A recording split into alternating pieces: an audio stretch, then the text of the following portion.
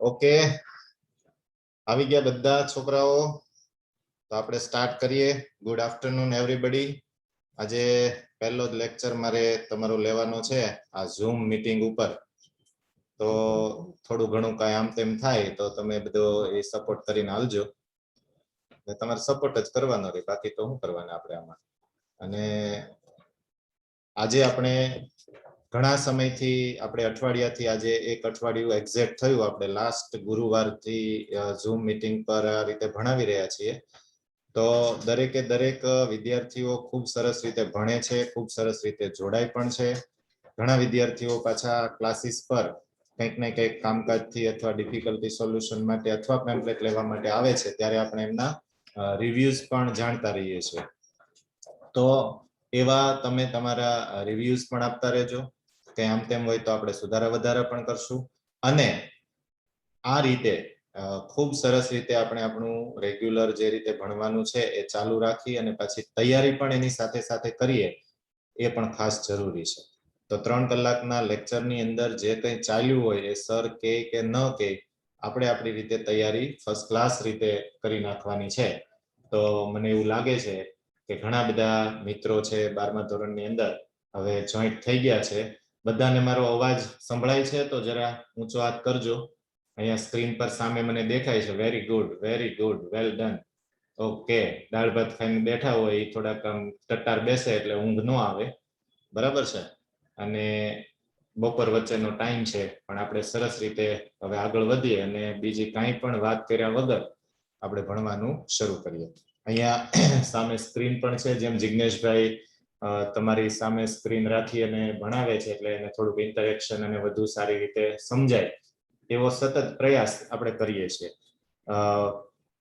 તમારા બધાનો ખૂબ ખૂબ આભાર એટલા માટે કે જે કંઈ અહીંયાથી આપણે સૂચનાઓ આપીએ છીએ એનું તમે સરસ રીતે પાલન કરો છો, અને એ રીતે પાલન કરો એવી આપણી અપેક્ષા. આજે આપણે ભણવાનું છે આંકડાશાસ્ત્ર ભાગ 2 ની અંદર, જે સ્ક્રીન તમારી સામે દેખાય છે એમાં ચેપ્ટર 2 સંભાવના ચેપ્ટર આપણું અધૂરું છે, પણ એ બધી બેચમાં થોડું અલગ અલગ આગળ પાછળ હશે એટલે આપણે સંભાવનાને ત્યાં સ્ટોપ રાખીએ છીએ અને એક નવું જ ચેપ્ટર છે એ આના દ્વારા આપણે શરૂ કરીએ છીએ.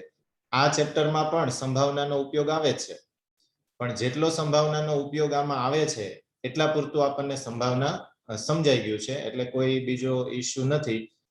સરસ રીતે તમારે આમાં ધ્યાન આપવાનું છે, સંભાવના પાછું આપણે પૂર્ણ કરશું. તો બીજા ચેપ્ટરનું નામ છે યાદચ્છિક ચલ અને અસતત સંભાવના વિતરણ. યાદચ્છિક ચલ અને અસતત સંભાવના વિતરણ. બોર્ડની અંદર આ ચેપ્ટરમાંથી વિભાગ એ ની અંદર એક માર્કના 2 MCQ પૂછાય છે. વિભાગ બી ની અંદર એક માર્કના 2 VSQ મતલબ ટૂંકા પ્રશ્નો પૂછાય છે. આપણા પહેલા ભાગના જેટલા પણ ચેપ્ટર છે એ બધા ચેપ્ટરમાંથી MCQ ને VSQ એક આવે છે. આમાં 2 આવે છે બીજા ભાગમાંથી, અને પાછું આના પછીનું જે ચેપ્ટર છે વક્રવાળું, તો એમાં 3 પૂછાય છે. એટલે બીજા ભાગમાંથી MCQ VSQ નો ભાર છે એ વધુ આપવાનો છે, બરાબર. વિભાગ સી ની અંદર 2 માર્ક્સનો એક ટૂંકો દાખલો અથવા તો ટૂંકી થિયરી પૂછાશે, એટલે એના 2 માર્ક્સ વિભાગ સી. અને વિભાગ ડી ની અંદર 3 માર્ક્સના 2 દાખલા અથવા તો 2 થિયરી દાખલા અથવા થિયરી પૂછાય, તો એના 6 માર્ક્સ. એટલે 6 ને 2 8 ને 2 10 ને 2 12 માર્ક્સનું ચેપ્ટર છે આ બોર્ડની અંદર પૂછાય છે. રેગ્યુલર અભ્યાસક્રમ પ્રમાણે આ ચેપ્ટર બોર્ડમાં 10 નું પૂછાય છે, પણ અત્યારે તમારા અભ્યાસક્રમમાં 12 માર્ક્સનું છે, બરાબર. તો આ રીતે માર્ક વાઇઝ આપણે જોઈએ તો એ છે. હવે દરેક ચેપ્ટર જે પહેલા ભાગનું હતું એટલી બધી થિયરી આની અંદર નથી, બરાબર. આની અંદર થિયરી છે એ ખૂબ જ ઓછી છે, અને જેટલી પણ થિયરી છે એ બધી થિયરી આપણે આજે જોવાની છે. તો થિયરીની અંદર 3 વ્યાખ્યા છે, બરાબર. સૌપ્રથમ આપણે જે પણ થિયરી છે થિયરી આપણે પહેલી વસ્તુ તમને એ કહી દઉં કે આ ચેપ્ટરની અંદર ટેક્સ્ટ બુક છે બને ત્યાં સુધી તમારી પાસે હોય તો વધારે સારું, અને ન હોય તો કઈ વાંધો નહીં, હું પાછો તમને ટેક્સ્ટ બુક લઈને આજે કદાચ તમે ન લીધી હોય તો પાછું આવતીકાલે ટેક્સ્ટ બુક લઈને જ તમારે બેસવાનું છે, કારણ કે આવતીકાલે તો પાછા આપણે દાખલા પણ સ્ટાર્ટ કરશું, બરાબર. અત્યારે કદાચ તમારી પાસે ટેક્સ્ટ બુક ન હોય તો વાંધો નહીં, પણ હું તમને ઓરલી જાણ કરી દઉં કે આ ચેપ્ટર છે એ 2 વિભાગમાં વહેંચાયેલું છે. પહેલો વિભાગ છે એમાં યાદચ્છિક ચલનો મધ્યક અને એના વિચરણના અને સંભાવના વિતરણના દાખલાઓ છે, જે આપણા અભ્યાસક્રમમાંથી નીકળી ગયા છે, તો એને આપણે કરવાની જરૂર નથી. બીજો જે વિભાગ છે એ દ્વિપદી સંભાવના વિતરણના દાખલાનો છે, બરાબર. તો એ બીજો વિભાગ છે એના દાખલા આપણી એક્ઝામમાં છે, બોર્ડના કોર્સની અંદર છે, એટલે એ આપણે કરવાનું છે. તો આની અંદર 3 સ્વાધ્યાય છે, સ્વાધ્યાય 2.1, સ્વાધ્યાય 2.2 અને સ્વાધ્યાય 2. તો એમાં 2.1 છે આખું આપણા અભ્યાસક્રમમાંથી રદ થઈ ગયેલું છે, તો એના દાખલા આપણે કરવાના નથી અને બાકીના દાખલાઓ આપણે જોઈશું, બરાબર છે. અને થિયરી ખૂબ જ ઓછી છે. જેટલી પણ થિયરી અહીંથી કહેવામાં આવે, જે વ્યાખ્યાઓ કહેવામાં આવે, એટલી જ વ્યાખ્યાઓમાંથી, એટલી જ થિયરીમાંથી તમારા MCQ આવશે વિભાગ એના, VSQ પણ આવશે, અને જો થિયરી પૂછાય તો થિયરી પણ એમાંથી જ આવશે. તો થિયરીની અંદર આપણે બીજું કશું જ કરવાની જરૂરિયાત નથી. તો પહેલો મુદ્દો છે આપણો, પહેલી વ્યાખ્યા આપણી છે યાદચ્છિક ચલ. આપણા ચેપ્ટરનું ટાઇટલ છે યાદચ્છિક ચલ અને અસતત સંભાવના વિતરણ. તો એની અંદર પહેલો મુદ્દો છે આપણો યાદચ્છિક ચલનો છે. તો યાદચ્છિક ચલ કોને કહેવાય? તો એની વ્યાખ્યા આપી છે કે નિદર્શ અવકાશ u ના દરેક ઘટકને વાસ્તવિક સંખ્યા સાથે સાંકળતા વિધેયને યાદચ્છિક ચલ કહે છે. મેં જે સ્ક્રીન શેર કરી છે તમને બધાને દેખાય છે? હેલો, રેઝ યોર હેન્ડ, ઊંચો હાથ કરશો જરા. Okay okay, very good, very nice. Okay, તો હા, વિડીયો પણ તમે શરૂ રાખો હોય તો રાખી શકો છો, બરાબર છે. કારણ કે તો આપણને વધારે મજા આવશે, મને ચહેરા પણ દેખાય, તમને પણ મારો ચહેરો તો દેખાય જ છે, બરાબર. તો અહીંયા સતત મોનિટરિંગ ચાલુ છે, તો મને તમારા ચહેરાઓ દેખાય તો વધારે મજા આવે, આપણને એમ લાગે ક્લાસમાં બેઠા છીએ, બરાબર છે. તમે ભલે ઘરે, હા, તમે બધા હાથ ઊંચા કર્યા. જો કે ટેકનોલોજીમાં તમે અમારા કરતા માહિર છો, એનો અનુભવ આપણને 2-3 દિવસ શરૂઆતમાં જ થઈ ગયો. અમારે રીતે બહુ ઝડપથી બધા ટેકનોલોજીનું રિસ્ટ્રિક કરવા માટે કરવું પડ્યું. હાથ ઊંચો કરવાનું હું કહું છું તો તમે સિમ્બોલિક રીતે વિડીયો ચાલુ નથી, એ લોકો હાથ ઊંચો કરીને બતાવે છે. વેરી ગુડ, ધન્યવાદ. હવે યાદચ્છિક ચલની વ્યાખ્યા સમજવા માટે આપણે એક ઉદાહરણ લઈએ. આપણે એક સિક્કો ઉછાળીએ તો એક સિક્કાને આપણે 3 વખત ઉછાળીએ. આપણે આગળ જોઈ ગયા સંભાવનાની અંદર, તો એક સિક્કાને આપણે 3 વખત ઉછાળીએ તો આપણને મળતા કુલ પરિણામોની સંખ્યા કેટલી થાય? તો કે 8 પરિણામ મળે, જે આપણને ખબર છે. આ 8 પરિણામોની આપણને ખબર છે કે 8 પરિણામો કયા કયા મળે? તો કે 3 વખત છાપ મળે એવો એક ઘટક મળે, 3 વખત કાંટ મળે એવો એક ઘટક મળે, પછી 2 છાપ અને 1 કાંટ મળે એવા 3 ઘટકો મળે. H H T T H T અને H T T. પહેલા આપણે H છે એને છેલ્લે લેવાનો, સોરી T ને છેલ્લે લેવાનો, પછી T ને વચ્ચે લેવાનો અને પછી પહેલા લેવાનો. સોરી, પણ છેલ્લો ઘટક જે મારે લખાઈ ગયો છે એમાં ભૂલ છે, એટલે હું એને રદ કરું છું. રદ કરવામાં થોડીક મને તકલીફ પડશે, તો તમારે જરાક જોવાનું છે, બરાબર છે. એનું કારણ છે કે આજે પહેલી વખત આપણે પ્રેક્ટિસ કરીને બેઠા છીએ, પણ તોય આવું થાય ઘડી, બરાબર છે. ચાલો, તો ત્રીજો ઘટક આપણો થાય T H H. એવી જ રીતે 2 કાંટ અને 1 છાપ હોય એવા પણ 3 ઘટક મળે, T T H, T H T અને H T T. રેડી? તો આ 8 ઘટકનો આપણો નિદર્શ અવકાશ u મળે. આપણે વ્યાખ્યાને સમજીએ છીએ, ભૂલી નથી ગયા ને તમે? યાદચ્છિક ચલની વ્યાખ્યાને સમજીએ છીએ, એના માટે મેં તમને એક ઉદાહરણ આપ્યું. વ્યાખ્યા આપણી એવી છે કે નિદર્શ અવકાશ u ના દરેક ઘટકને વાસ્તવિક સંખ્યા સાથે સાંકળતા વિધેયને. તો આપણો આ નિદર્શ અવકાશ u થયો, જેની અંદર 8 ઘટક છે. આપણે પ્રયોગ કર્યો એક સમતોલ સિક્કાને 3 વખત ઉછાળવાનો, તો જેનો નિદર્શ અવકાશ u ની અંદર 8 ઘટકો આવ્યા. હવે હું એમ કહું કે આ જે નિદર્શ અવકાશ છે એમાં છાપની સંખ્યા, તો હવે અહીંયા આપણે જુઓ કે આ નિદર્શ અવકાશ u ની અંદર છાપની સંખ્યા કેટલી છે? તો કે આમાં 0 છાપ હોય એવા ઘટકો પણ છે. એવો ઘટક કયો છે? તો કે T T T, જેમાં એક પણ છાપ નથી. મેં અંડરલાઈન કરી, તમને ખ્યાલ આવતો હશે. બીજું, 1 છાપ હોય એવા ઘટકો પણ છે. 1 છાપ હોય એવા 3 ઘટકો છે, જે આપણે વચ્ચે લખ્યા છે, સોરી છેલ્લે લખ્યા છે, TTH, THT અને HTT, એવા 3 ઘટકો છે. પછી આપણી પાસે અહીંયા નિદર્શ અવકાશની અંદર 2 છાપ હોય એવા પણ ઘટકો છે, જે 3 ઘટકો છે, HHT, HTH અને THH. અને નિદર્શ અવકાશ u ની અંદર 3 છાપ હોય એવો એક ઘટક છે. તો એનો મતલબ કે આ નિદર્શવકાશ યુ છે એની અંદર 0 છાપવાળા ઘટકો પણ છે, 1 છાપવાળો ઘટક પણ છે, 2 છાપવાળા ઘટકો પણ છે અને 3 છાપવાળા ઘટકો પણ છે. તો આ 0 છાપવાળો ઘટક છે, 0 છે કોની સાથે સંકળાયેલો કહેવાય? તો કે 0 સંકળાયેલો કહેવાય આ ટ્રિપલ ટી સાથે, બરાબર છે. પછી આ 1 કોની સાથે સંકળાયેલો છે? તો કે 1 છાપવાળા ઘટક સાથે, જે 3 ઘટકો છે. 1 છાપવાળા 3 ઘટકો છે આપણી પાસે, TTH, પછી THT અને HTT, બરાબર. આ 2 છે એ કોની સાથે સંકળાયેલો છે? તો કે 2 છાપવાળા ઘટકો સાથે, જે પણ 3 ઘટકો છે, બરાબર છે, જે મેં તમને લાઈન કરીને બતાવું છું. અને 3 છે કોની સાથે સંકળાયેલો છે? તો કે ટ્રિપલ H સાથે. મારો કહેવાનો મતલબ એવો છે કે આપણી વ્યાખ્યા છે કે નિદર્શવકાશ એના પ્રત્યેક ઘટકને, મતલબ દરેક ઘટક, 8 ઘટકને કોઈ વાસ્તવિક સંખ્યા સાથે સાંકળી છે. અહીંયા વ્યાખ્યાની અંદર હું અંડરલાઈન કરું છું, જે બહુ મહત્વનો શબ્દ છે, વાસ્તવિક સંખ્યા સાથે સાંકળતું, બરાબર. આપણે જે અહીંયા છાપની સંખ્યા લખી છે 0, 1, 2 અને 3, 0, 1, 2 અને 3 એ વાસ્તવિક સંખ્યાઓ છે. તો આપણા નિદર્શવકાશ યુના 8 ઘટકો છે એ 0 સાથે, 1 સાથે, 2 સાથે અને 3 સાથે સંકળાયેલા છે. તો 0, 1, 2 અને 3 એ આપણો યાદચ્છિક ચલ થયો, જેને કહેવામાં આવે x. અહીંયા મેં ઉદાહરણ પણ તમને લખીને બતાવ્યું છે કે એક સિક્કાને 3 વખત ઉછાળતા મળતી છાપની સંખ્યા x બરાબર શું આવે? તો કે 0, 1, 2, 3. આ 0, 1, 2 અને 3 એ યાદચ્છિક ચલ x કહેવાય. તો આ થઈ યાદચ્છિક ચલ x ની વ્યાખ્યા ફરી વખત બોલું કે નિદર્શવકાશ યુના દરેક ઘટકને વાસ્તવિક સંખ્યા સાથે સાંકળતા વિધેયને યાદચ્છિક ચલ કહે છે. આપણા નિદર્શવકાશ યુ છે જેની અંદર 8 ઘટકો હતા, આ 8 ઘટકો છે એ 0, 1, 2 અને 3 નામની વાસ્તવિક સંખ્યા સાથે સંકળાયેલા છે. તો એને કહેવાય યાદચ્છિક ચલ. આ યાદચ્છિક ચલ છે એનો સિમ્બોલ છે કેપિટલ X, જે મેં અહીંયા લખ્યો છે. આડી લીટી થઈ ગઈ જરાક મારાથી, પણ આ x તમે ઓળખી ગયા. યાદચ્છિક ચલનો સિમ્બોલ છે x, બરાબર. તો x બરાબર 0, 1, 2 અને 3. તો આ વાત થઈ યાદચ્છિક ચલ x ની.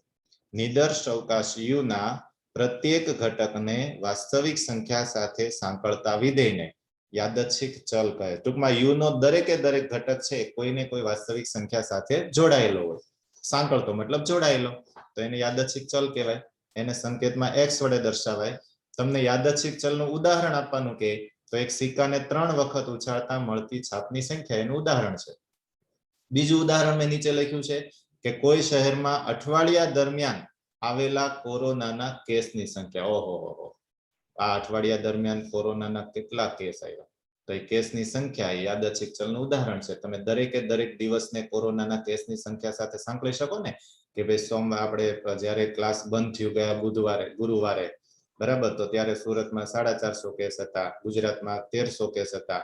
વળી બુધવાર પછી ગુરુવાર પછી શુક્રવાર આવ્યો તો કેસ વધ્યા, શનિવારે પાછા કેસ વધ્યા, આજ તો ક્યાંક 1700 ઉપર કેસ છે. તો દરેકે દરેક વાર સાથે કેસની સંખ્યા સંકળાયેલી છે. કોરોનાના કેસની સંખ્યા અઠવાડિયા દરમિયાન, તો એ આપણું યાદચ્છિક ચલનું ઉદાહરણ છે. તો ક્લિયર થઈ ગઈ વાત યાદચ્છિક ચલની. તમે પાછા આંગળી ક્યારેક નીચે લઈ લેજો, તો પાછું મારે બીજી વાર હાથ ઊંચો કરાવો હોય તો ખબર પડે ને કે સમજાણું જ નહીં. હા, લીધા હો, પણ લીધા બધા નીચે હાથ. Very good, very good. તો આ યાદચ્છિક ચલની વાત થઈ. વ્યાખ્યા માટે 1 માર્ક્સ માટે પૂછાય અને ઉદાહરણ પણ પૂછી શકાય. હવે આ યાદચ્છિક ચલના 2 પ્રકાર છે. બહુ જ અગત્યનો ઓબ્જેક્ટિવ છે કે યાદચ્છિક ચલના પ્રકાર જણાવો. તો 2 પ્રકાર છે. એક છે અસતત યાદચ્છિક ચલ અને બીજો છે સતત યાદચ્છિક ચલ. આ બંનેની વ્યાખ્યા પણ પૂછાય કે અસતત યાદચ્છિક ચલ કોને કહેવાય અને સતત યાદચ્છિક ચલ કોને કહેવાય. અહીંયા જે આપણે ઉદાહરણ લીધું કે ભાઈ એક સિક્કાને 3 વખત ઉછાળતા જે છાપની સંખ્યા મળે, તો x બરાબર 0, 1, 2 અને 3 એ અસતત યાદચ્છિક ચલ છે. કઈ રીતે હું તમને સમજાવું કે જે યાદચ્છિક ચલ વાસ્તવિક સંખ્યા ગણ r ની ગણી શકાય તેવી કિંમતો ધારણ કરે તો એને અસતત યાદચ્છિક ચલ કહેવાય. દાખલા તરીકે આપણો x બરાબર 0, 1, 2, 3 છે અને આપણો u છે એક સિક્કાને 3 વખત આપણે ઉછાળ્યો તો ઘટકોની સંખ્યા. હવે આપણે x તરીકે અહીંયા લીધું છે છાપની સંખ્યા. જુઓ મેં લખ્યું છે ગુજરાતીમાં છાપની સંખ્યા. તો આપણે જે નિદર્શવકાશ u છે એમાં છાપની સંખ્યા ગણી શકીએ છીએ ને કે ભાઈ 1 છાપ છે, આ ઘટકોમાં 2 છાપ છે, આ ઘટકોમાં 3 છાપ છે. તો એ r ની કેવી કિંમતો છે? ગણી શકાય તેવી કિંમતો. 0 છે, 1 છે, 2 છે, 3 આ ગણી શકાય છે. અઠવાડિયા દરમિયાન આવતા કોરોનાના કેસની સંખ્યા ગણી શકાય છે કે ભાઈ કોરોનાના કેસ છે 500 આવ્યા, 450 આવ્યા, 550 આવ્યા, તો એ પણ અસતત યાદચ્છિક ચલ છે. તો જે યાદચ્છિક ચલ વાસ્તવિક સંખ્યા ગણ r ની ગણી શકાય તેવી કિંમતો ધારણ કરે તો તેને અસતત યાદચ્છિક ચલ કહેવાય. અસતત યાદચ્છિક ચલનું ઉદાહરણ આપો એમ કે તો તમે સેમ ઉદાહરણ આપી શકો કે એક સિક્કાને 3 વખત ઉછાળતા મળતી છાપની સંખ્યા. પછી તમે બીજું ઉદાહરણ પણ આપી શકો કે કોઈ પણ વિદ્યાર્થીના જન્મ વર્ષ, વિદ્યાર્થીનું જન્મ વર્ષ, તો તમારા બધા જનું જન્મનું વર્ષ એ ચોક્કસ હોય છે, બરાબર, ગણી શકાય તેવું હોય ને ચોક્કસ કિંમત ધારણ કરે છે, માટે એને અસતત યાદચ્છિક ચલ કહેવાય. તો જે યાદચ્છિક ચલ વાસ્તવિક સંખ્યા ગણ r ની ગણી શકાય તેવી ચોક્કસ કિંમતો ધારણ, ચોક્કસ શબ્દ નથી લખ્યો પણ ચોક્કસ કિંમતો ધારણ કરી શકે તો તેને અસતત યાદચ્છિક ચલ કહે છે. જેમ કે અહીંયા છાપની સંખ્યા ચોક્કસ છે, 0 છાપ છે, 1 છાપ છે, 2, 1.5 છાપ નથી, 2.5 નથી, ચોક્કસ છે, 1 છે, 2 છે, તો એને કહેવાય અસતત યાદચ્છિક ચલ. રેડી? બીજી વાત છે સતત હા, બીજું તમને કહી દઉં કે આ ચેપ્ટરની અંદર આપણે અસતત યાદચ્છિક ચલનો અભ્યાસ કરવાનો છે, કારણ કે આપણું નામ છે અસતત યાદચ્છિક ચલ અને સંભાવના વિતરણ, પણ અસતત સંભાવના વિતરણની વાત જ છે. બીજો છે સતત યાદચ્છિક ચલ. કોને કહેવાય? તો જે યાદચ્છિક ચલ વાસ્તવિક સંખ્યા ગણ r ના અંતરાલ a b ની કોઈ પણ કિંમત ધારણ કરી શકે તેને સતત યાદચ્છિક ચલ કહે છે.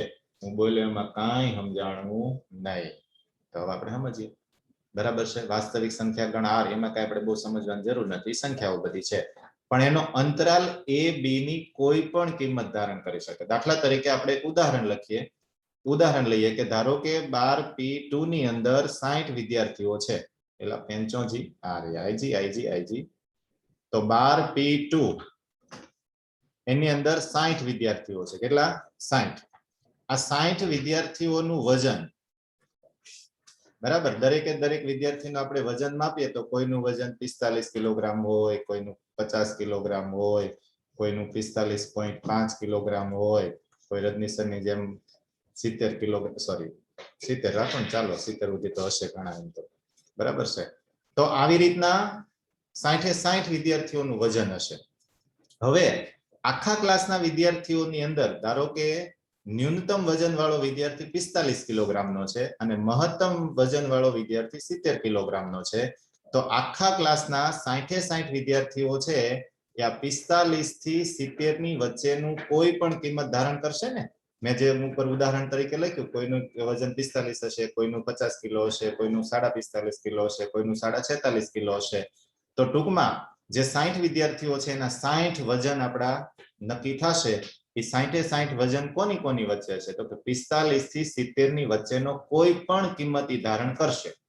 તો 45 ને ધારો કે આપણે a કહીએ અને 70 ને ધારો કે b કહીએ, તો એનો મતલબ થાય અંતરાલ ab. એ અંતરાલ થયો કે બધા જ વિદ્યાર્થીઓ છે આખા ક્લાસના, એના વજનનો અંતરાલ કેટલો છે? તો કે 45 થી માંડીને 70. 45 થી નીચે કોઈનું વજન નથી, 70 કરતા ઉપર નથી. 60 વિદ્યાર્થીઓના વજનનો આંકડો છે એ 45 થી 70 ની વચ્ચે છે. માટે અહીંયા આપણે લખ્યું, જો હું બતાવું તમને, કે વાસ્તવિક સંખ્યા ગણ r ના અંતરાલ a b ની વચ્ચેની શબ્દ ભૂલાઈ ગયો છે, વચ્ચેની અથવા a b ની અંતરાલ આવી ગયો એટલે વચ્ચેની જ થાય, કોઈ પણ કિંમત ધારણ કરી શકે તો એવા ચલને સતત યાદચ્છિક ચલ કહેવાય. એમાં અંતરાલ હોય, કોઈ પણ કિંમત ધારણ કરી શકે, બરાબર છે. તો આવા યાદચ્છિક ચલને સતત યાદચ્છિક ચલ કહેવાય કે જેમાં બે કિંમતો વચ્ચેનો અંતરાલ હોય. જેમ કે આપણા શહેરનું દિવસ દરમિયાનનું તાપમાન, તો દિવસ દરમિયાન સવારમાં આપણું ન્યૂનતમ તાપમાન સુરતનું છે 28°C હોય, બરાબર છે, અને સાંજે મહત્તમ તાપમાન છે બપોરે બહુ જ તાપ અત્યારે પડતો હોય ત્યારે 12 તાપ જ પડે છે, પણ આપણે બધા શાંતિથી છાંયે બેઠા છીએ એટલે ખબર નહીં હોય, બરાબર છે. અને મહત્તમ તાપમાન ધારો કે 38°C હોય, તો આખા દિવસ દરમિયાનનું તાપમાન 28 થી 38° વચ્ચેની કોઈ પણ કિંમત ધારણ કરી શકશે. તો આ થયો સતત યાદચ્છિક ચલ. તો જે યાદચ્છિક ચલ વાસ્તવિક સંખ્યા ગણ r ના અંતરાલ a b ની કોઈ પણ કિંમત ધારણ કરી શકે તો તેને સતત યાદચ્છિક ચલ કહે છે. તો આ ત્રણ વ્યાખ્યા થઈ. પહેલી વ્યાખ્યા યાદચ્છિક ચલ, બીજી અસતત યાદચ્છિક ચલ, ત્રીજી સતત યાદચ્છિક ચલ. અસતત અને સતત યાદચ્છિક ચલના ઉદાહરણો પણ પૂછે છે. તો તમે આ ઉદાહરણ પણ આપી શકો કે કોઈ પણ એક વર્ગના વિદ્યાર્થીઓનું વજન અથવા તો કોઈ એક વર્ગના વિદ્યાર્થીઓની ઊંચાઈ જે સતત યાદચ્છિક ચલનું ઉદાહરણ છે. બરાબર છે. વિદ્યાર્થીની જન્મ તારીખ અથવા તો જન્મનું વર્ષ જે અસતત યાદચ્છિક ચલનું ઉદાહરણ છે. બીજું અસતતનું આપણે જે આ સિક્કાવાળું આપ્યું એ પણ તમે આપી શકો. બરાબર. તો આ ત્રણ વ્યાખ્યા થઈ, યાદચ્છિક ચલ, અસતત યાદચ્છિક ચલ અને સતત યાદચ્છિક ચલ. ફરી વખત વ્યાખ્યા રિપીટ કરું છું કે નિદર્શ અવકાશ યુના, જો અહીંયા આપણે ઉદાહરણ લખ્યું ત્યાંથી જ પાછા કરીએ કે નિદર્શ અવકાશ યુના દરેક આ ઘટક છે એને આ 0 1 2 3 મતલબ વાસ્તવિક સંખ્યા સાથે સાંકળતા વિધેયને યાદચ્છિક ચલ કહેવાય. અને એના બે પ્રકાર છે, અસતત યાદચ્છિક ચલ અને સતત યાદચ્છિક ચલ. જે યાદચ્છિક ચલ વાસ્તવિક સંખ્યા ગણ r ની ગણી શકાય તેવી ચોક્કસ કિંમતો ધારણ કરી શકે તેને અસતત યાદચ્છિક ચલ કહેવાય. અને જે યાદચ્છિક ચલ વાસ્તવિક સંખ્યા ગણ r ના અંતરાલ a b ની કોઈ પણ કિંમત ધારણ કરી શકે તો તેને સતત યાદચ્છિક ચલ કહે છે. વિદ્યાર્થી મિત્રો, તમે સામે ક્લાસમાં નથી બેઠા એટલે ક્યારેક ક્યારેક અમારે શબ્દો બોલવામાં લહકો વધારે થઈ જાય. અમને એમ થાય સમજાયું છે નહીં, સમજાયું છે નહીં, તો એ લહકો તમારે સહન કરવો થોડો થોડો. બરોબર છે. અને તમારે પાછું સાથે સાથે બોલવું, જેમ આપણે ક્લાસમાં બોલીએ છીએ એમ. વ્યાખ્યાઓ, વોઇસ નથી આવતો? હેલો, વોઇસ નથી આવતો? એક મિત્ર ઈશારો કરે છે વોઇસ નથી આવતો. સોરી. ઓકે, આવે છે? ચેક કરો. આવે છે? ઓકે, વોઇસ આવે છે પહેલા. તારે કંઈક નેટવર્ક પ્રોબ્લેમ હશે, તું જોઈ લેજે. બરાબર છે. હા, બાકી બધાને આવે છે? ઓકે. હેલો, જો આંગળી દેખાય છે મારી? હા, અવાજ આવે છે ને? Very good, very good. Good good. જો આંગળીના દાંત કાઢે ઘણા. ભલે કાઢે હો ને, દાંત કાઢો તમે તમારે, મજા કરો.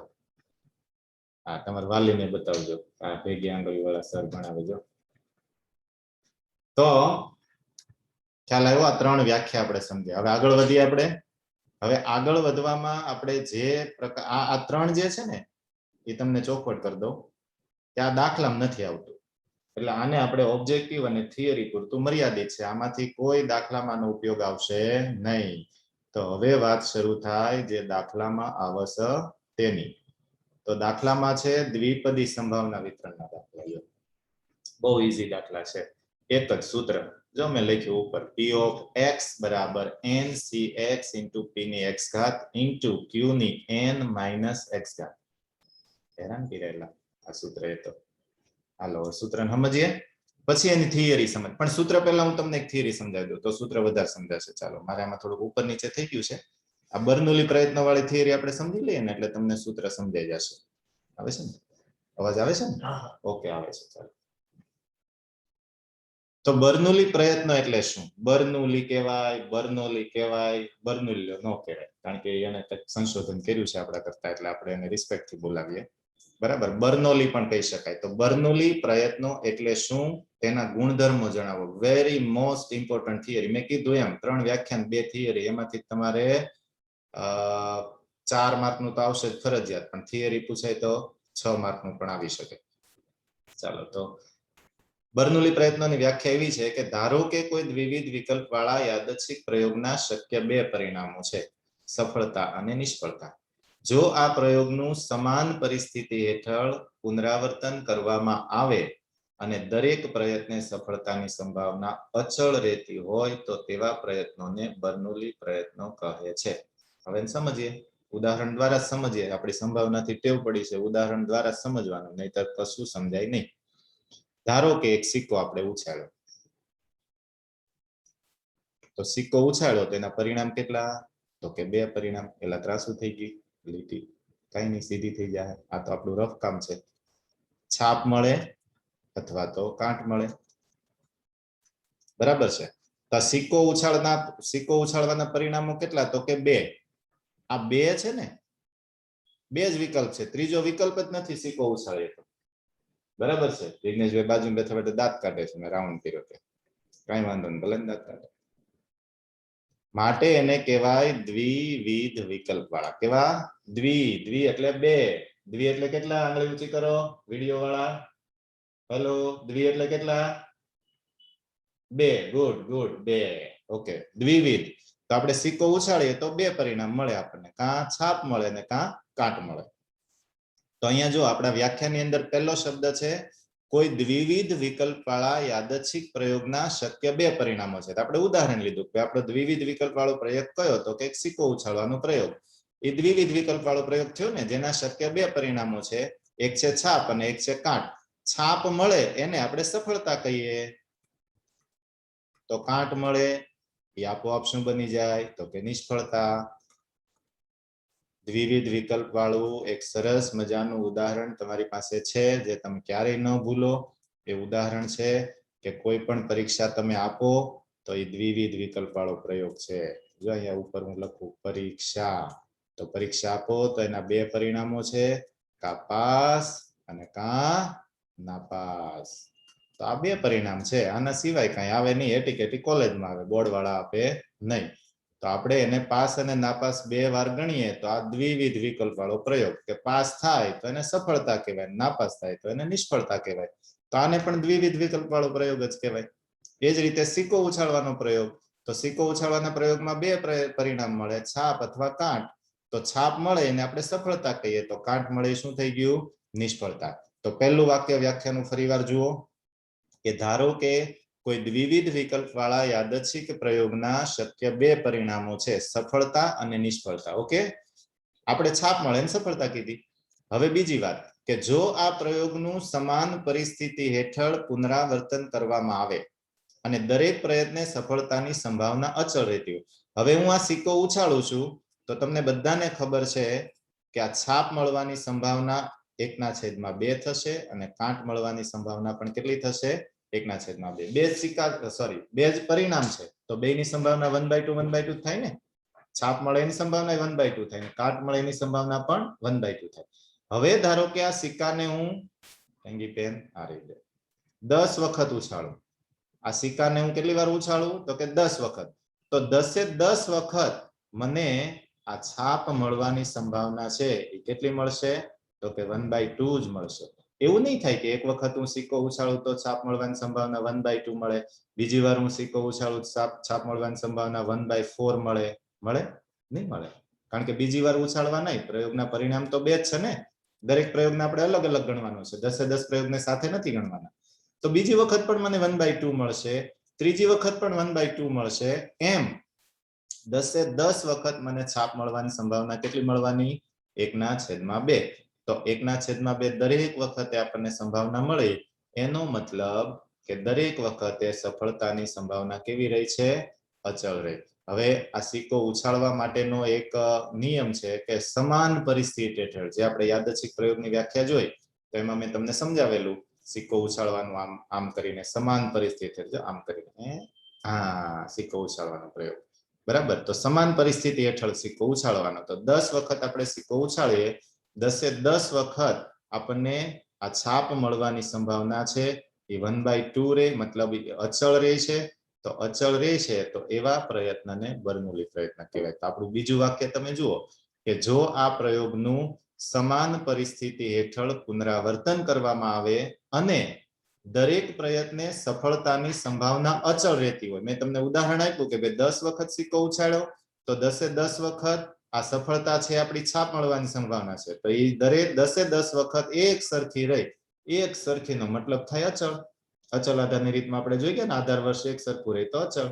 એમ અહીંયા સફળતાની સંભાવના એક સરખી રહી છે, તો સફળતાની સંભાવના અચળ રહેતી હોય તો આવા પ્રયત્નને કેવો પ્રયત્ન કહેવાય, બર્નૌલી પ્રયત્ન. કેવો કહેવાય, બર્નૌલી પ્રયત્ન. તો આખી વ્યાખ્યા ફરી વખત કહું છું કે ધારો કે કોઈ દ્વિવિધ વિકલ્પ વાળા યાદચ્છિક પ્રયોગના શક્ય બે પરિણામો છે, સફળતા અને નિષ્ફળતા. જો આ પ્રયોગનું સમાન પરિસ્થિતિ હેઠળ પુનરાવર્તન કરવામાં આવે અને દરેક પ્રયત્ને સફળતાની સંભાવના અચળ રહેતી હોય તો તેવા પ્રયત્નોને બર્નૌલી પ્રયત્નો કહે છે. વ્યાખ્યાની અંદર બે મુદ્દા, મતલબ બે શબ્દો છે એ ખૂબ જ અગત્યના છે. એક શબ્દ છે દ્વિવિધ વિકલ્પ વાળો, જો મેં અંડરલાઈન કરી કે દ્વિવિધ વિકલ્પ વાળો પ્રયોગ. કેવો પ્રયોગ, દ્વિવિધ વિકલ્પ વાળો. દ્વિવિધ મતલબ એના બે પરિણામ હોય એને દ્વિવિધ કહેવાય, બરાબર છે. એના શક્ય બે પરિણામ છે, સફળતા અને નિષ્ફળતા. આ પહેલા વાક્યની વાત છે. જો બીજા વાક્યની અંદર કે આ પ્રયોગનું સમાન પરિસ્થિતિ હેઠળ પુનરાવર્તન કરવામાં આવે અને દરેક પ્રયત્ને સફળતાની સંભાવના અચળ રહેતી હોય. બીજા વાક્યનો મેઇન શબ્દ છે અચળ. દરેક પ્રયત્નમાં સફળતાની સંભાવના કેવી રહે? તો કે અચળ રહે. તો એવા પ્રયત્નને કહેવાય બર્નોલીભાઈનો પ્રયત્ન. બરાબર છે. તો આ આખી વ્યાખ્યાની વાત થઈ. હવે એના ગુણધર્મો છે ને એ વ્યાખ્યામાં આવી જ ગયા છે, છતાં આપણે જોઈ લઈએ કે દરેક પ્રયત્ને મળતી સફળતાની સંભાવના અચળ હોય. લ્યો, હમણાં આપણે નો વાત કરી કે 10 વાર સિક્કો ઉછાળ્યો તો 10 એ 10 વખત સફળતાની સંભાવના 1/2 મળે. એનો મતલબ કે દરેક બર્નોલી પ્રયત્ન 10 વાર પ્રયત્ન કર્યો છે આપણે, તો દરેક બર્નોલી પ્રયત્ને સફળતાની સંભાવના કેવી મળી? અચળ, એક સરખી. બીજું, દરેક બર્નોલી પ્રયત્નો પરસ્પર નિરપેક્ષ છે. નિરપેક્ષ શબ્દ છે, વેરી ઇમ્પોર્ટન્ટ છે. નિરપેક્ષનો અર્થ તમે સારી રીતે સમજી ચૂક્યા છો. આપણે સૂચકાંક વખતે જોઈ ગયા કે સૂચકાંક એ સાપેક્ષ માપ છે. ત્યારે મેં સમજાવેલું કે નિરપેક્ષ કોને કહેવાય? તો કે એકબીજા પર આધારિત ન હોય, એકબીજાને અસર ન કરતું હોય એને નિરપેક્ષ કહેવાય.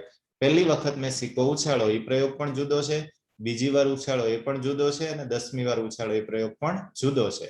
દરેક પ્રયોગ એકબીજા પર કોઈ પણ પ્રકારની અસર કરતું નથી. તો બર્નોલી પ્રયત્ન આ 10 વખત જે પ્રયોગ કર્યો ને એ 10 એ 10 વખત બર્નોલી પ્રયત્ન થયો. તો બર્નોલી પ્રયત્નો પરસ્પર નિરપેક્ષ છે. ત્રીજો મુદ્દો ત્રીજો છે, પણ એ બીજાની સાથે લખાઈ ગયો છે, એટલું તમે સમજી શકો, તમે હોશિયાર વિદ્યાર્થીઓ છો.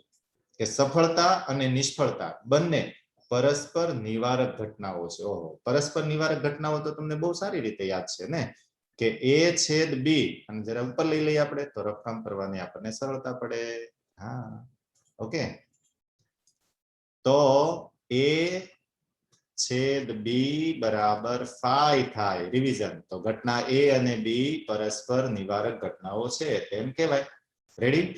હવે અહીંયા આપણી પાસે બે પરિણામ છે. એક છે સફળતા, સફળતાને આપણે સક્સેસ કહીએ S, અને બીજી છે નિષ્ફળતા જેને આપણે ફેલ્યોર કહીએ F. તો સફળતા, ઓકે, અવાજ આવે છે? અવાજ આવતો હોય તો ઊંચો હાથ કરજો મિત્રો. નથી આવતો, ચાલુ રાખો. નથી આવતો. હલો, અવાજ આવે છે બધાને? હું તો મારી ધૂનમાં મંડાઈ પડ્યો, ગણિત સ્ક્રીનમાં નથી જોયું. ઓકે, વાંધો નહીં, ચાલો. Good, very good. આવું ધીમે ધીમે થોડું થોડું થયા કરે, તમને મજા આવે ને અમને મજા આવે. હો ને, તમારે ડિસ્કનેક્ટ નહીં થવાનું. આવું થાય ને તો થોડુંક આપણને ફ્રેશનેસ મળે. લ્યો, નહીતર એમ થાય સર નકરું ભણાવ્યા જ કરે. તો A છેદ B બરાબર phi થાય તો A અને B પરસ્પર નિવારક ઘટનાઓ છે એમ કહેવાય. રેડી? આ આપણે જોઈ ગયા પરસ્પર નિવારક ઘટનાઓની વ્યાખ્યા સંભાવનામાં. તો અહીંયા આપણી પાસે બે પરિણામો છે, સફળતા અને નિષ્ફળતા. તો સફળતા અને નિષ્ફળતા બેનો છેદ લેવામાં આવે. બરાબર છે? સફળતા આપણે અહીંયા સફળતા કીધી છાપ મળે એને, અને નિષ્ફળતા કીધી કાટ મળે એને. હેલો, કે ટેકનિકલ પ્રોબ્લેમ? હા હા, વોઇસ આવે છે. ઓકે, તો સફળતા મળે એને આપણે છાપ મળે એને સફળતા કીધી, અને કાંટ મળે એને આપણે નિષ્ફળતા કીધી. એ બેની છેદ ઘટના લેવામાં આવે તો એ છેદ ઘટના આપણને શું મળશે? તો કે phi. કારણ કે છાપ અને કાંટ બંને એક સાથે તો નથી જ મળવાની ને, તો બેની છેદ ઘટના શું મળશે? phi. આપણે સંભાવનામાં પણ આ વસ્તુ જોઈ ગયા છીએ.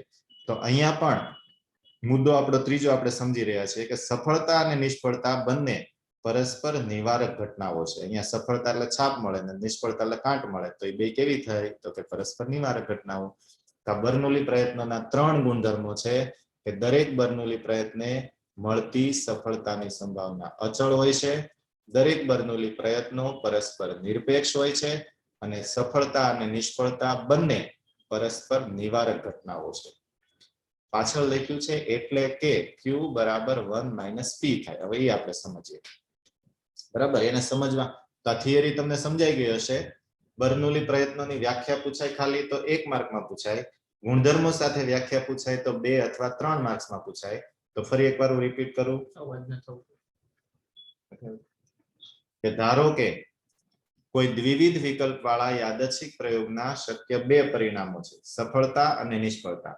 જો આ પ્રયોગનું સમાન પરિસ્થિતિ હેઠળ પુનરાવર્તન કરવામાં આવે અને દરેક પ્રયત્ને સફળતાની સંભાવના અચળ રહેતી હોય તો તેવા પ્રયત્નોને બર્નૌલી પ્રયત્નો કહે છે. દરેક બર્નૌલી પ્રયત્ને મળતી સફળતાની સંભાવના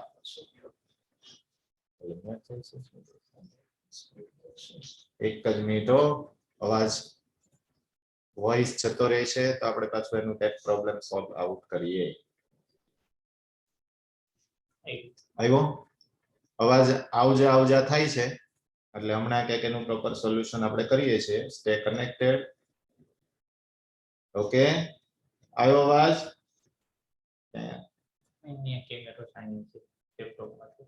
ઓકે આવ્યો ને અવાજ? રેડી? નથી આવતો? રસ ચોક વાળાને અવાજ નથી આવતો ભાઈ.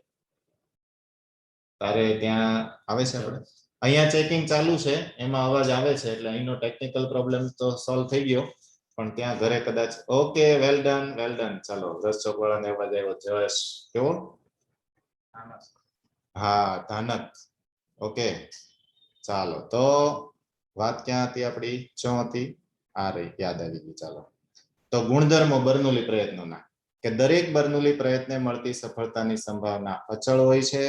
દરેક બર્નૌલી પ્રયત્નો પરસ્પર નિરપેક્ષ હોય છે અને સફળતા અને નિષ્ફળતા બંને પરસ્પર નિવારક ઘટનાઓ છે. બરાબર. સફળતા મેં તમને પરીક્ષાનું ઉદાહરણ આપ્યું કે પાસ ને નાપાસ, તો પાસ ને નાપાસ બે એક સાથે કોઈ દાડો હોય નહીં તો એની છેદ ઘટના હંમેશા ફાઈ થાય માટે એ કેવી કહેવાય? પરસ્પર નિવારક. પાસને આપણે સફળતા ગણીએ અને નાપાસને આપણે નિષ્ફળતા ગણીએ તો સફળતા અને નિષ્ફળતા બે કેવી થાય? પરસ્પર નિવારક ઘટનાઓ થઈ. ઘેર ઘેર બોલવાનું તમારે બેઠા બેઠા. કેવી થાય? તો કે પરસ્પર નિવારક ઘટનાઓ થઈ. ઓકે પછી લખ્યું છે એટલે કે Q બરાબર 1 - P. તો એ સમજાવવા માટે મિત્રો મારે તમને એક સૂત્ર સમજાવવું પડશે જે અહીંયા ઉપર આપણે સૂત્ર છે તે. બરાબર છે? તો એ સૂત્રની વાત આપણે કરીએ. આ થઈ બર્નૌલી પ્રયત્નોની થિયરી. બરાબર. હવે અહીંયા સૂત્ર છે આપણું કે P of x બરાબર દ્વિપદી સંભાવના વિતરણનું સૂત્ર એને કહેવાય કે P of x બરાબર NCx ઇન્ટુ P ની x ઘાત ઇન્ટુ Q ની n - x ઘાત. આ સૂત્ર છે જે ટાઈપ કરેલું છે મેં તમને અહીંયા લખીને બતાવ્યું. હવે આમાં 4 પદ બહુ મહત્વના છે. બરાબર છે? એમાં 4 પદની અંદર જ્યાં n બરાબર અહીંયા લખ્યું છે બર્નૌલી પ્રયત્નોની સંખ્યા. આ 4 સૂત્રની અંદર આવતા પદ હું તમને સમજાવું છું. આ સૂત્ર તમારે યાદ રાખવું જ પડશે કારણ કે જેટલા દાખલા આપણે ગણવાના છીએ તમામે તમામ દાખલા આ સૂત્ર પર આધારિત જ છે. બરાબર છે? તો દરેક દાખલામાં સૂત્રનો ઉપયોગ કરવાનો આવશે. ફરીવાર હું બોલું છું P of x બરાબર NCx ઇન્ટુ P ની x ઘાત ઇન્ટુ Q ની n - x ઘાત. હવે એમાં 4 પદ મહત્વના છે જે તમારે ખાસ સમજવાના છે. રકમ પરથી જો તમને 4 પદ લેતા આવડે તો દાખલો તરત આવડી જાય. જે 4 પદ છે n, p, q અને x. n, p, q અને x. એમાં n એટલે બર્નૌલી પ્રયત્નોની સંખ્યા. હમણાં આપણે જોઈ ને વ્યાખ્યા બર્નૌલી પ્રયત્નોની કે ભાઈ એમાં આપણે ઉદાહરણ લીધું હતું કે એક સિક્કાને આપણે કેટલી વાર ઉછાળ્યો તો કે 10 વખત. તો બર્નૌલી પ્રયત્નોની સંખ્યા n બરાબર કેટલી થાય? 10. બરાબર છે? બોર્ડની પરીક્ષા તમે 5 વાર આપી અને 5 વાર તમે નાપાસ થયા તો તમે પ્રયત્ન કેટલી વાર કર્યા? તો કે 5 વાર. તો કે n બરાબર 5. જો કે તમે બધા પહેલી વારે પાસ થઈ જાવ એવા છો. આ તો હું ખાલી ઉદાહરણ આપું છું એટલે તમે પાછા બર્નૌલી પ્રયત્નો નહીં કરતા. બરોબર. તમે ધોરણ 1 થી 10 વખત 10મા ધોરણમાં આવ્યા ત્યાં સુધીમાં તમે 40 વખત પરીક્ષા આપીને 40 વખત તમે પાસ થયા તો તમારા પ્રયત્નોની સંખ્યા કેટલી થઈ? 40. તો n બરાબર 40. તો જે યાદચ્છિક પ્રયોગ કર્યો હોય એ દ્વિવિધ પ્રયોગની અંદર જેટલા પણ પ્રયત્નો કરવામાં આવ્યા હોય એ તમામ પ્રયત્નોની સંખ્યા જેને કહેવાય n. માટે આપણે લખ્યું છે કે n બરાબર બર્નૌલી પ્રયત્નોની સંખ્યા. બીજી વાત આવે p. p એટલે સફળતાની સંભાવના. હમણાં આપણે વાત કરી કે જે દ્વિવિધ વિકલ્પ વાળો પ્રયોગ હોય કે જેમાં બે જ વિકલ્પ હોય સફળતા અને નિષ્ફળતા તો એમાં બે સંભાવના. એક સફળતાની સંભાવના જેને કહેવામાં આવે p અને બીજી નિષ્ફળતાની સંભાવના જેને કહેવામાં આવે q. બરાબર છે? તો સફળતા અને નિષ્ફળતા બેની સંભાવના. તો p એટલે સફળતાની સંભાવના અને q એટલે નિષ્ફળતાની સંભાવના. અને ચોથી વસ્તુ છે x. હમણાં આપણે જે ઉદાહરણ લીધું કે ભાઈ સિક્કો ઉછાળ્યો તો છાપ મળે ને આપણે સફળતા કીધી તો સફળતાની સંભાવના p બરાબર 1/2. કાંટ મળે ની નિષ્ફળતા કીધી તો નિષ્ફળતાની સંભાવના પણ 1/2 જ થઈ એમાં, કારણ કે એમાં બેની અડધી અડધી જ હતી. તો p એટલે સફળતાની સંભાવના અને q એટલે નિષ્ફળતાની સંભાવના. ચોથી વાત આવે x. બહુ મહત્વની વાત છે x. આપણે જેની સંભાવના શોધવાની તમને કીધી હોય એ પ્રયત્નોની સંખ્યા. એમને તમને નહીં ખ્યાલ આવે. આપણે ઉદાહરણ આપીએ. દાખલા તરીકે તમે 5 વખત પરીક્ષા આપી, એમાંથી તમે 3 વખત પાસ થયા. 5 વખત પરીક્ષા આપી, એમાંથી 3 વખત પાસ થયા. તો ટોટલ પ્રયત્નો આપણે કેટલા કર્યા? તો કે 5 ને કહેવાય n. બરાબર છે, બર્નોલી પ્રયત્નોની સંખ્યા થશે. એમાંથી આપણે સફળ કેટલા પ્રયત્નોમાં થયા? તો કે 3 માં. હવે આની સંભાવના તમને શોધવાની કે તો x આપણો થાય 3. તો જેની સંભાવના તમને એમ પૂછવામાં આવે કે 5 વખત પરીક્ષા આપી, એમાંથી 3 વખત પાસ થઈને સંભાવના શોધો, તો આપણે શોધવાની. તો n 5 થયા અને x કેટલો થયો? તો કે 3 થયો. બરાબર છે.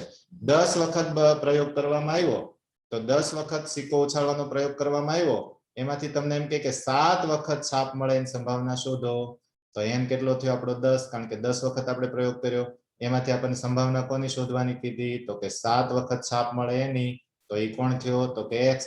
માટે આપણે અહીંયા લખ્યું છે કે x બરાબર જેની સંભાવના શોધવાની હોય તે પ્રયત્નોની સંખ્યા. હું એવી અપેક્ષા રાખું છું કે તમને આ સૂત્ર ખૂબ સારી રીતે સમજાઈ ગયું હશે.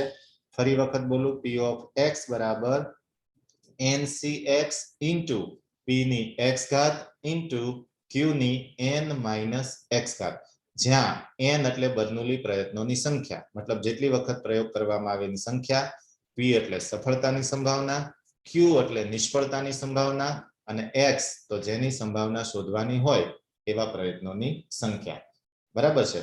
આના પછી એક થિયરી છે એ આપણી બાકી રહી, જે થિયરી છે દ્વિપદી સંભાવના વિતરણના ગુણધર્મો. મિત્રો આ સૂત્ર તમે યાદ કરી રાખજો, કારણ કે આના પર જ આપણે દાખલા સ્ટાર્ટ કરવાના થશે. આ એક થિયરી છે એ આપણી બાકી રહી છે. બરાબર છે, દ્વિપદી સંભાવના વિતરણના ગુણધર્મો. એ થિયરી છે આપણે આવતીકાલે જોશું. બરાબર છે. આજે આપણો ટાઈમ અપ થઈ ગયો છે, સામે ઇકોનોમિક્સના સર પણ આવી ગયા છે અને 10 મિનિટનો તમને પણ રેસ્ટ આપવો પડશે. એ બધી વસ્તુને ધ્યાનમાં રાખી અને આપણે અહીંયા પૂરું કરીએ છીએ. 3 વ્યાખ્યા આપણે ચલાવી. યાદચ્છિક ચલ. યાદચ્છિક ચલના 2 પ્રકાર, અસતત યાદચ્છિક ચલ અને સતત યાદચ્છિક ચલ. પછી આપણે ચલાવ્યું બર્નોલી પ્રયત્નો એટલે શું, તેના ગુણધર્મો અને દ્વિપદી સંભાવના વિતરણનું સૂત્ર. તો આટલી વાત તમને આજે સાંજ સુધીમાં વોટ્સઅપ કરી દેવામાં આવશે. લ્યો, તો એ તમારે પાકી કરી રાખવાની છે. કાલે મળીએ ત્યારે પાકી જોઈએ. રેડી? નહીં આવડે 5 વાર લખવાનું આવશે. Okay, very good.